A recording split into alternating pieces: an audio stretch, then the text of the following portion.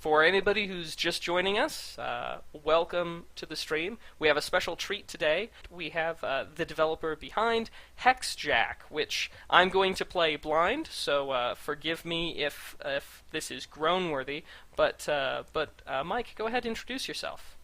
Hello, I'm Michel Mohr. I'm from Belgium, and I'm a student game development. And this month I released my first game called Hexjack. A wizard made a game, and he accidentally dropped his deck of cards in the cauldron this time, and this is what came out.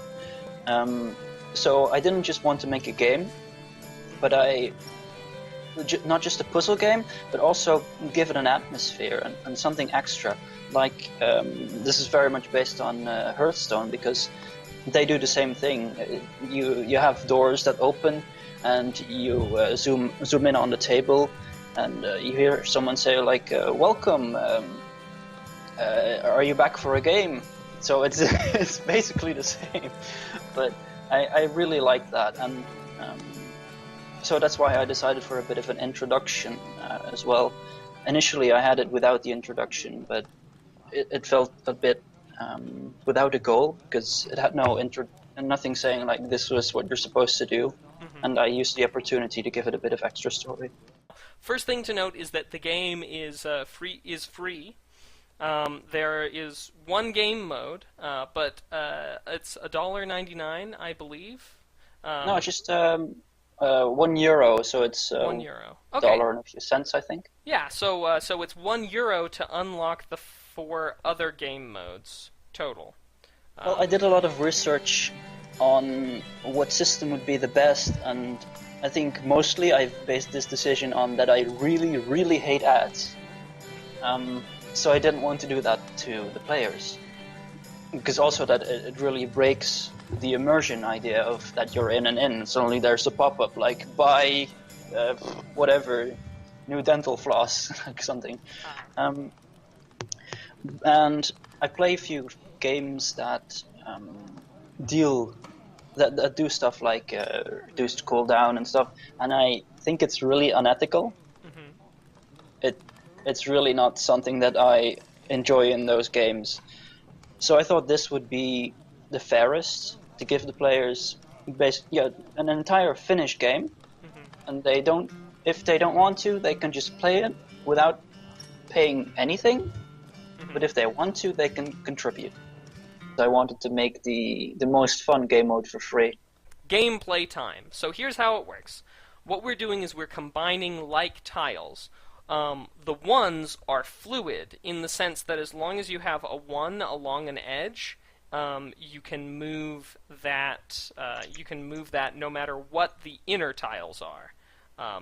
However, if you have 2 like tiles next to each other, and you're unable to rotate it around or move the stuff into your hand, then what it'll do is they'll combine. So I guess the best way to show it now is just to move it. Let's there we go. So the anchor has prevented any movement in that direction, which is now allowed. That another swipe puts the next 2, the 1 and the 1, into a 2, and this one's going to combine those 2 2s into 1 3, and put the other 2 that I had into my hand, which these will move from the front of my hand up here, and these things rotate through my hand. Or that you go to a technical school for games?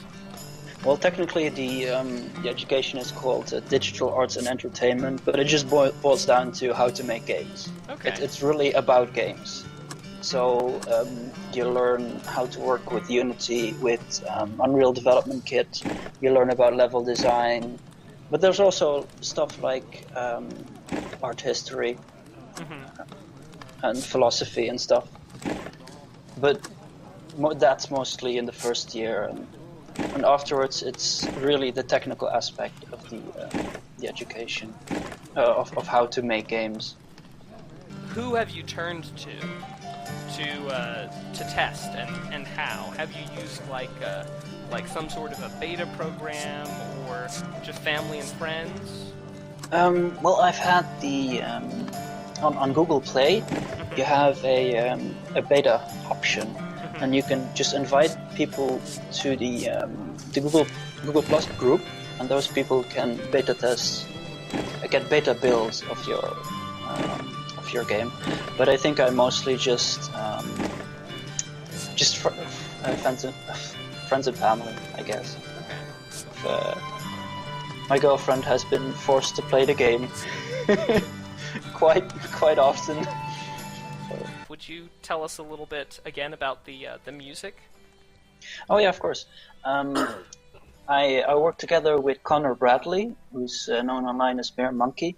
He made an audio system for me using Fmod Studio, which it's an interactive system. Instead of just having a background music on loop, it plays random sounds in between. It allows for me to set parameters. Like, for instance, the game starts at the outside of the tavern, so at the start there's some kind of filter over the music to make it seem like you're standing outside of the inn. But it's not a separate music track, it just removes the filter. And so it really saves a lot of space, and it makes just the whole music experience a lot more interesting. And also I wanted to keep it a bit more simple, since it's really my first finished game. That's something I didn't want to go too far in, like adding features. Mm-hmm. Really had to stop myself on several occasions. Like, I can't keep adding. I need to say, like, this is the minimal viable product.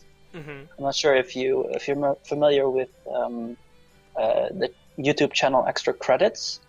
They recently made a few videos about starting your first game, and that's one of the things they really emphasized on, to keep your minimal viable product, to just keep it small, and especially for your first game. The scores in games, or just the Google Play Store in general, how it's integrated into the Google Plus community stuff, I really don't like that. But yeah. But what are it's unavoidable. Yeah. Yes. If you're going to do leaderboards, you have to do that. So Google Play gives you 1,000 points that you can give per game. So you need to have a minimum of 5 achievements, I think. So you need to divide up 1,000 achievement points between those achievements. But I mean, that's the things you find out when you actually registering a game on Google Play, and like, wait, I need to do achievements. These are mandatory. Really? Achievements are mandatory? Yeah. You need to have 5 or 6 achievements in your game. Oh, I'm gonna get another 21. Yay! I've probably locked the board, but I got another 21, and if only I can get this over here. Oh gosh. Yes! Yes! I'm going to combine 2 21s. You can't combine 2 21s, unfortunately. Oh goodness gracious! Why on earth did I do all that? To move it over there? I'm sorry. Oh no, it's okay. It's not your fault. I didn't pay attention to the rules. Thank you very, very, very, very much for for taking the time and talking a little bit about the game. No problem. Thanks for making it. It's fun and it's pretty darn good for a first game.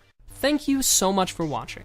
I hope that you've enjoyed, and if you have, a comment or a like goes a long way. Clicking on any of the videos will take you to a corresponding playlist for conventions, reviews, tutorials, and even Android games. And be sure to be subscribed so that you will be notified of new videos as they come out. Thanks again, and I'll see you around.